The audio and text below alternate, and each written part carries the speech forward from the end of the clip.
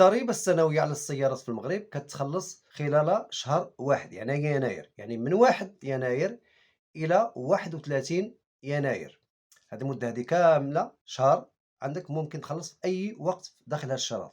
إلا خلصتي في هذا الشهر هذا، هنا ما كاين حتى شي مشكل، أنت قانوني.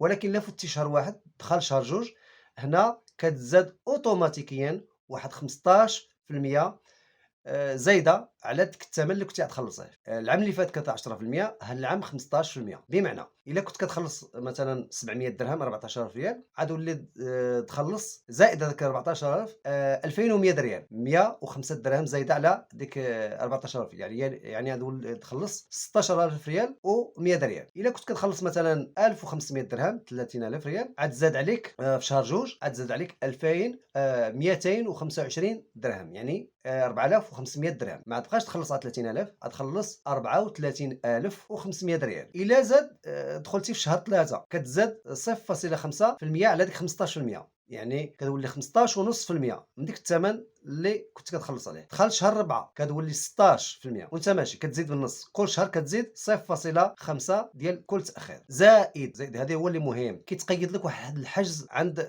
مركز تسجيل السيارات على ديك السيارة ديالك، كيتقيد لك الحجز، إذا خصك تحيدو. زائد إلا مشى شدك شي بوليسي أو شي جدرمي في الطريق، هنا كيديو لك الطوموبيل الفوريان وخصك تخلّص هاديك الضريبة مضوبلة في جوج. مثلًا لو كنت كتخلّص 14,000 ريال كتولي خصك تخلّص 28,000 ريال، 1,400 درهم. إلا كنت كتخلّص 30,000 ريال مثلًا عاد ولي تخلّص 60,000 ريال مضوبلة. إذا هادو هُما الإجراءات اللي هُما قبيحين، فحاولوا تفادوا هاد الأمر هذا، لأن فيه تعقيدات. حاول تخلّص الضريبة ديالك من 1 من كل سنة حتى ل31، ما تفوتش هاد التاريخ هذا باش ما يوقع لك شي حاجة